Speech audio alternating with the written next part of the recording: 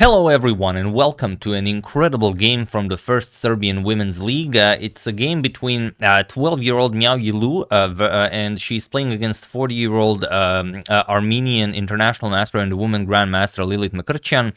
And this is a game where you will not believe this game. This game is so good. It's like watching like Paul Morphy playing against Anderson on a bad day or something like that. It's such a beautiful attacking masterpiece, and coming from a 12-year-old Miaoyi here, it's best for me to just show it to you, and then you guys can be the judge of that. Now, I'm not gonna call it any mortal or anything. It's up to you guys to decide if you want to call it that. But I mean, this is why I'm glad I have this channel.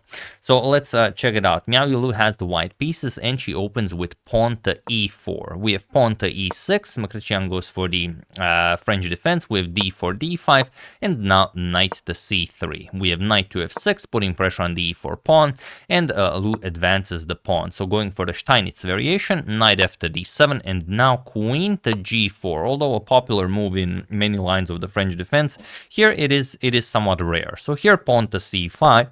Putting pressure on white center, as black usually does. And now knight to f3 is the move that one would play here. But here we have the immediate knight b5. And already you can feel that this is not something you would expect in modern chess. Playing with the same piece twice, already going for some knight to d6 action. We know from experience that this simply cannot be good. And of course, if black punishes this correctly, and of course if black knows how to punish this, the precise line that goes c captures on d4, and then of course the e5 pawn is now hanging, pawn to f4, now h5, you chase away the queen, and now knight to c6, then black will have an okay game. White is not lost here or anything, it's a very complicated position, but this is how you punish this. In the game, however, knight to c6 was played immediately, and this levels the playing field. Now white can just play a nice game. Knight to d6 with check. And again, what is this move? What does white gain here? It doesn't really look like anything. And okay, bishop captures on d6, eliminating the piece delivering check. Now queen captures on g7, attacks the rook on h8, rook to f8, and okay, you have to recapture on d6, e captures on d6, and now just knight captures on d4, now creating a massive center here for black, and also already with the threat of knight captures on c2 with a beautiful fork here. The king and rook will be forked, and it looks like you might be interested in some like bishop to d3, and of course you could play this bishop d3, defends the pawn, c4 is impossible because then you hang the knight. However, not for Miaoyi. She goes for knight to f3, and she invites knight captures on c2. Now this is I'm sure you guys are now probably thinking I'm tricking you into believing that this is an actual game that happened in 2022, but it really is. Knight captures on c2 was played, which is a bad move, believe it or not. Here you have to realize that you are under an incredible attack, and you have to play knight to f5, chase away the queen, and once the queen moves, now you play queen f6, you develop your pieces, you threaten rook to h8, white has to go back, and now knight captures on d6, and okay, everything is fine. It's a nice game for both white and black. In the game, Lilit played knight captures on c2 with check, and now look at this. King to d1, attacking the knight. And okay, you already opened the door, you might as well go through it. Knight captures on a1, and now the position is completely winning for white, but it's not clear why. It's not at all clear why. So feel free to pause the video and try to find the only move that wins the game for Miaoyi while I give you a couple of seconds.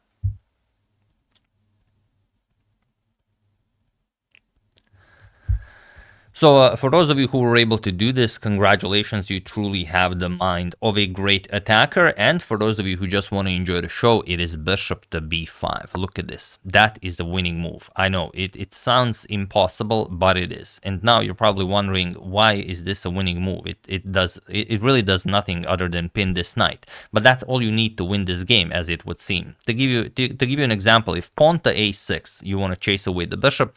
Look at this, bishop g5 attacks the queen. The queen has to move. Once you move the queen, you go after the bishop. queen f6. There's no stopping checkmate. It's as simple as that, once you see it, of course. So Lilit does not go for that. She goes for queen to b6, attacks the bishop, but now, again, only one winning idea, and that is rook to e1, leaving the king in the center, as the king already was, bereft of castling privileges. You have to go for that black king. And now, again, can the bishop be captured? Nope, not at all. If you play this, queen captures on b5, then comes rook captures on e6. Now, if pawn captures, queen to e7 is checkmate, and if the rook is not captured, you play king to d8. It doesn't really matter. Bishop g5 with check, you're going to block. Knight f6 to give the king some breathing room here. Maybe you can escape, but look at this. Queen captures on f6, king to d7, and now knight to e5 is checkmate, taking away both d7 and c6 squares from the black king. So okay, after rook to e1, can black defend this? Is black seriously just doomed after capturing that pawn on c2? Well, yes, she is in this particular case. So queen captures on d6 is played. This pawn really is a big nuisance here for the black king, so you do want to eliminate it, but this leaves your knight on d7 pinned. And now look at this, bishop to g5. The idea being that if you go for something like a6 now, queen f6, the knight is still pinned and there is no defense against queen to d8 checkmate. If you could bring back the queen, then you leave control over the e7 square, then queen to e7 will be checkmate. So she tries b6, and it's a great defensive resource. If white is not careful, if she plays queen to f6 now, it seems like, okay, you're winning. Bishop a6 now wins the game for black, so you have to be careful. The d8 square now covered by the rook. You cannot move your bishop because then the queen hangs, so black is now just winning. But Miaoyi finds the absolute strongest idea, and that is knight to e5. Knight to h4 also possible, but knight to e5 does the job just as well. And now there really is no move for black. Here f6 was played, attacking the knight and the bishop, but it doesn't really do all that much. Bishop captures on f6, now a6 chasing away the bishop, and now knight to f7, attacking the queen here. And it seems like you're giving up the knight, which you kind of are. There's really no good way of handling this. Rook captures on f7 was played, but now queen to g8 with check. And it was in this position on move 18 that Lilit Mkrtchian resigned the game, as there is nothing more to be done here. Queen to g8 is not the only winning move. It's not even the fastest winning move, but it does the job quite nicely. Point is that now if you play rook to f8, just rook captures on e6, and there's no defense. You can either give up the queen or you can play queen e7, and basically it's a checkmate in 3. So you could decide to maybe play queen to f8. This is also possible, but then rook captures on e6 with check, rook to e7, rook captures with check, king to d8, rook captures on d7, opens up a discovery, king e8, and now rook to d8 will be checkmate as the queen covers f7, bishop covers e7.